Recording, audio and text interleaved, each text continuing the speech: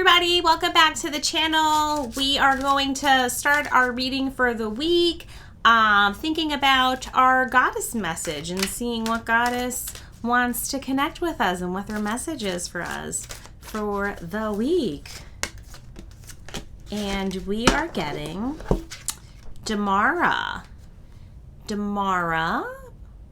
guiding children. You are good at helping, counseling, and healing children. You use your skills to help children now. And let's see what this particular goddess wants to tell us. I hear her saying that we have been given certain gifts, and some of us already do this, and we know this. We work with children, or we're helping youth, and we know what that is. We know that those skills that we're using. If you aren't yet doing something like that, she's letting you know that the skills that you have been divinely gifted can be of use to children, that you have the capability to help them. So if you don't do this through your actual physical work, that's okay.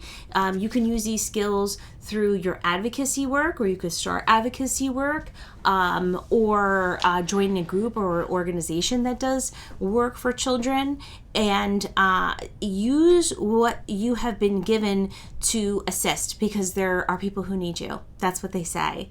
There are people that need you. So we're starting off with that message, and then we're going to move on to our angel message. Now, this is our first reading of 2026, of the new year, and so we've got another guidance from another angel. We'll see what they want to tell us, and maybe I hear that we're all needing to be patient with one another, and to take breaks, mindful breaks when we need them. So the new year started, but maybe we're already having a moment. And our guide is Raphael, right? Archangel Raphael is our guide. I don't know if I've ever seen him depicted in this way. I almost never use this particular deck. I actually don't believe this is my deck. I think I borrowed this from my mom and never gave it back. So let's see what this is in reference to. So the healing message with this one is, of course, Archangel Raphael, if you're not familiar with, usually he is someone who is seen perhaps with a staff. He's depicted in art in different ways. So you may have seen him depicted in different ways. Right. So anyway, he is believed to be the angel who troubled the water at the pool of Bethesda, the person who stepped into the pool after the troubling was cured. Okay, so and the challenge with this one is you need physical, mental, emotional, or spiritual healing, right? And of course, and this Archangel Raphael is about healing and healing modalities and things like that. So you may not be aware that you need this healing, but it is important you allow enough time for your body, mind, and spirit to restore itself so you can work at your very best. A walk in the park or quiet time in which you nurture yourself will pay big dividends. So some of you have been on a healing journey. This need not be the physical body. For some people, I know it's the physical body, but for other folks, it is the mind or the spirit, right? And what this angel wants you to know is that you need to spend more time taking care of your inner being. You need to take more time caring for yourself. And I hear that some of you have been going through some stuff and you're feeling like, no, I'm feeling better. Be cautious of pushing yourself too far, too fast, because you still have more healing to do. Allow your angel to help heal you. There's more healing that you need to do, and you're not quite there yet. And think about who can help you on your healing and recovery journey, right? So if you've felt alone, invite partnerships, right? Or let your friends and family know, like, you know what? I was hoping to feel better by now, but I need more help. I don't feel better. But please reach out the hand for help, because you may not be feeling completely well just yet. And and you may be feeling a little bit down also, but that's okay. So take this time. This is very important for your recovery to fully heal the self, right? And so that is our message from the Archangel Raphael. And now we're going to move on to bird messages. Now, if you are reading something fantastic in 2026, please drop it in the comments and let me know, because I'm looking for books. I love audiobooks. I listen to a lot of audiobooks, usually just nonfiction. For whatever reason, I don't love fiction on an audiobook. But if you're listening to something great or like a great podcast, please do let me know. I'm listening to something on MLMs. Little bosses everywhere. Little bosses everywhere. It's interesting. If you have wondered about MLMs and thought they were like Ponzi schemes or whatever, I think that they are. So listening to that right now, and it's actually really interesting. But if you've been listening to something else that's super interesting, do let me know, because I'm always looking for new interesting books to read. And I go down rabbit holes. Like, so with this MLMs, I get deeply invested in it, and then I'll listen to like a million YouTubes on it and stuff like that until I get sick of it, and then move on to something else. So, all right, let's see what our bird message is and what they want to tell us for today. Oh, there's 2 messages. Oh no, there's 3 messages. Okay.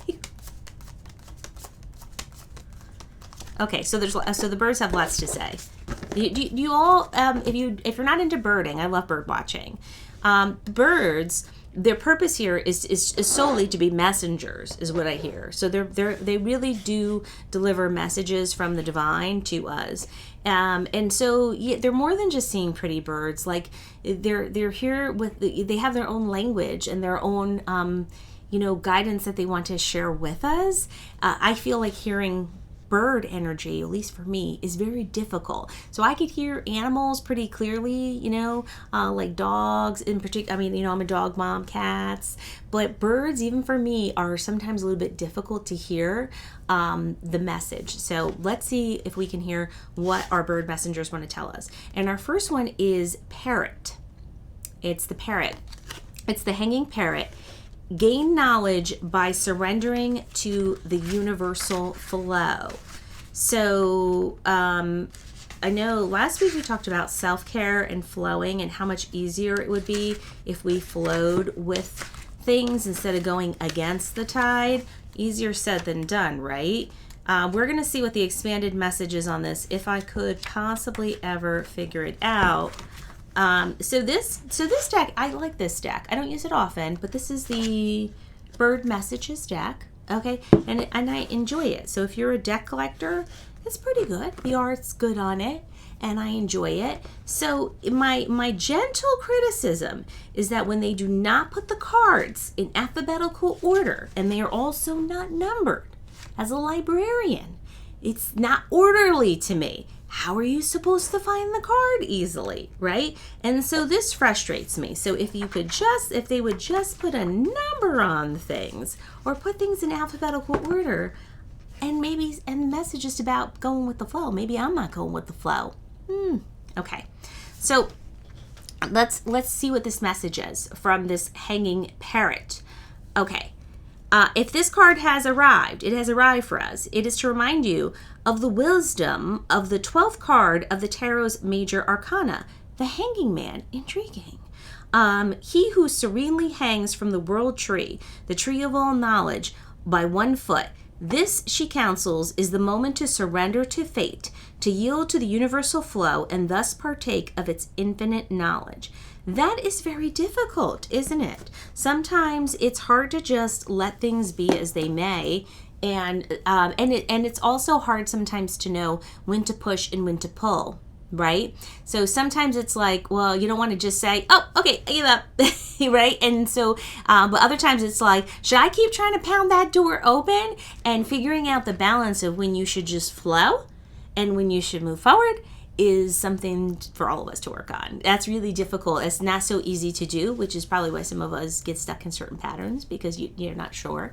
But that is the gentle guidance from the hanging parrot. The parrots, I will tell you, as a bird, the parrots they scare me a little, right? So if you have never had a parrot, my grandparents had a parrot. I think his name was Laudo. And he was mean. When he got out of the cage, he was mean. He would go after people. And if you didn't give him like salad when he was in his cage, he would remember and then like come get you. So anyway, so I'm a little bit scared of parrots. Anyway, that's a beautiful message though, right? So our next one is the bearded vulture. Have you seen a vulture? Right? Not known as a warm and fuzzy bird, eh? The bearded vulture message is to let outward deeds and words match inner feelings. And let's take a look at what expanded message that one is for us and what they're trying to tell us. This is counseling us to be what you see, right? In love, this is the moment to wear your heart upon your sleeve. In life, to speak truly of the things that matter to you. So, yes, I hope that you feel encouraged to and you have space to allow your true feelings to, and your true essence to be known by others. And I think for some of you, you haven't done that because you've almost, I feel some of you have carried like a persona of yourself, and probably because that's what you felt was pleasing, especially for those of us who've grown up, all of us have grown up in this patriarchal society, and a lot of us have really, been raised with certain messages and ideas, and so it's easy sometimes to downplay what it is that we truly want, and to at times wear a mask. And so the vulture is saying to let what you speak to others be what's real for you, right? Let it be real. And I hope that you feel safe and free to do so, because I know everyone isn't, right? But I hope you feel safe and free to do so. That is the message from that bird. Now, our last bird message, we had so many bird messages, right? Is the magpie. Have you seen magpies? Right? Have you seen that? This is the Iberian magpie. Welcoming the unexpected, intrusive, or undesirable brings unlooked for benefits. That's a mouthful. And let's see what the expansion is on that one and what the magpie wants us to know. And welcome the unexpected. It could be a person, an idea, or even a way of living. For very soon, what appears to be bad luck will transform to good.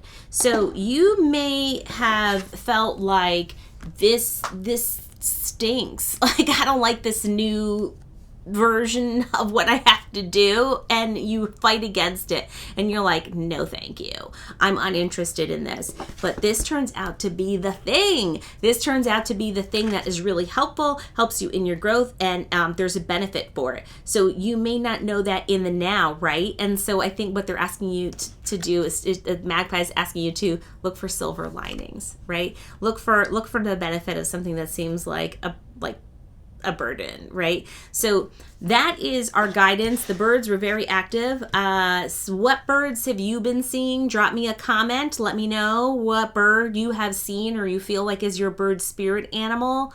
I have cardinals in my yard, woodpeckers. I see a lot of birds here. I don't know if I have a favorite bird. I love all the birds. It's just the parrots, like I was telling you. They just freak me out a little bit. I know they mean well. So yeah, let me know what you're seeing. I hope this message hit you in all the right places. If so, please do consider subscribing and liking this. I hope you have a wonderful start to 2026.